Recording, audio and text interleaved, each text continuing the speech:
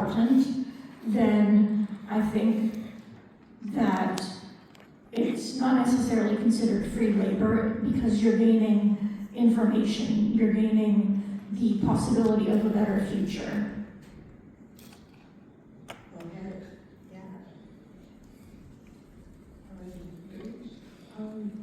Just one last almost sentence, I guess, is that I think at the end of the day, we all kind of want to be the change that we want to see, and that, at least in my experience of being an advisor and being a service user at Camh, and now being able to be like an employee at Camh, crazy turnaround, might I say. It was fantastic, but has been very rewarding regardless of monetary additions. Well said. Can I just say something quickly? I want to just highlight the form that compensation can come in any form, and that even means being in the feedback loop as compensation, like knowing what happens to the results of the study and like being aware of what's going on. Great addition there. Do we have time for one more question? I do. I see Lisa's hand up. Lisa. Oh, was there another one? It was her right there.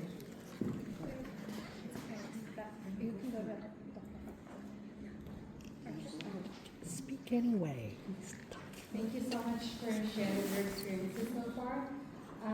Similar to what Kylie was saying on wanting to be updated on results of the data or just knowledge sharing, I learned of the importance of patients and families in being involved in the entire research process.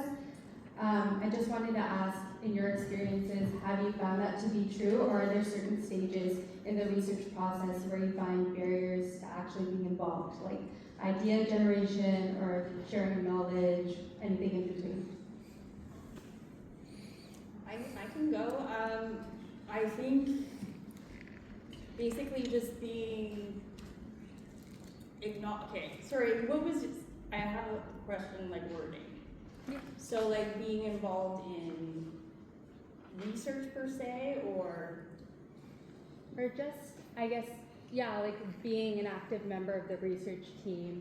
Like, obviously the research process is very long. yes. So does it go beyond just recruitment and data collection? Have you actually been involved in like proposing new studies? And I think you hit the nail on the head, because a lot of studies don't involve the patient at the beginning, and there are families and they're bringing them halfway through, and then they're like, oh, you co-designed.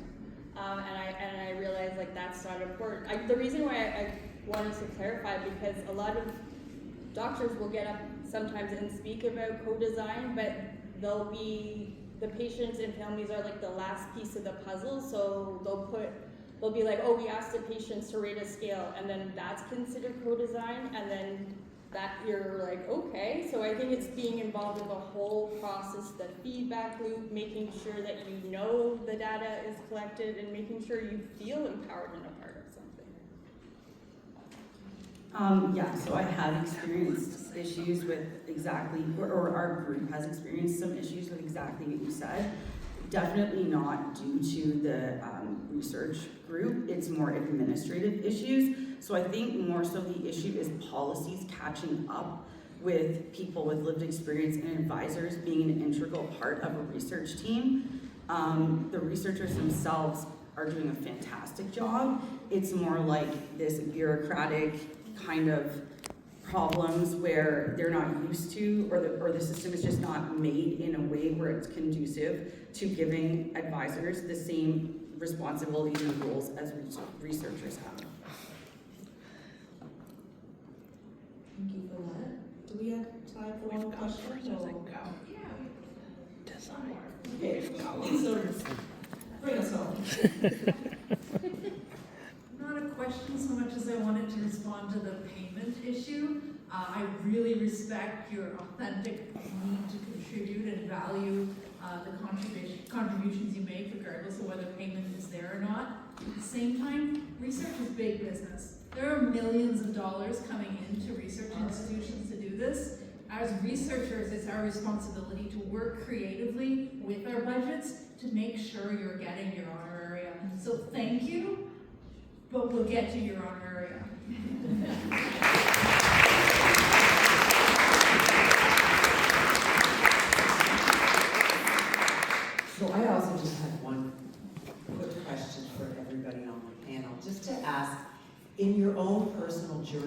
research engagement? Where do you see yourselves in 5 years, and where do you see and how can Camh and our research engagement initiatives support you in reaching some of those goals? What a wonderfully light question. We just have a minute left. Kylie?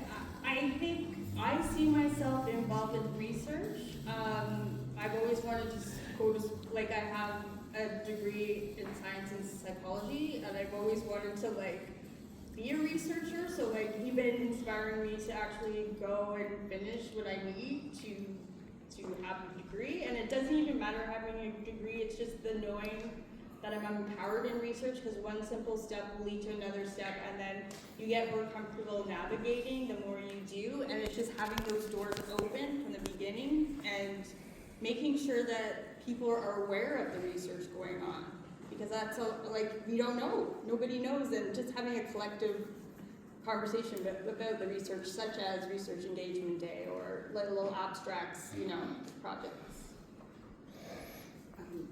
I think that honestly we could fill so many roles. It's will the system of research let us get to those places that we would like to see ourselves in? It's really more conditional on how the policies change, how the system changes to let us fill those roles. Very much to what Christina's saying, but also in terms of my personal decision, I'm not sure. And I feel like that's okay. I don't know, the world is busy, I'm busy. I graduated my undergrad recently, but I've been loving this role for 4 years, and I hope to continuously love whatever it is I choose to do, and I hope that it helps people. And that's all.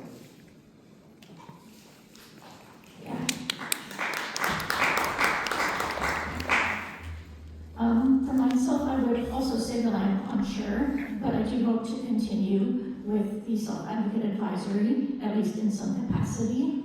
I really love what I do there, and I hope that I can use my talents. As a few people would say, I'm an editor, so I hope that I can use my talents towards writing and editing.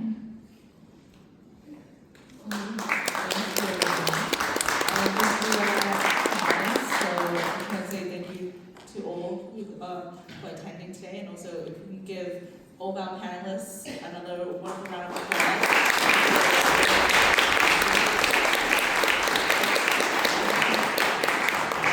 Thank you so much, all of you, and Talia for your moderation, and we're going to turn it over, I think, to the next activity.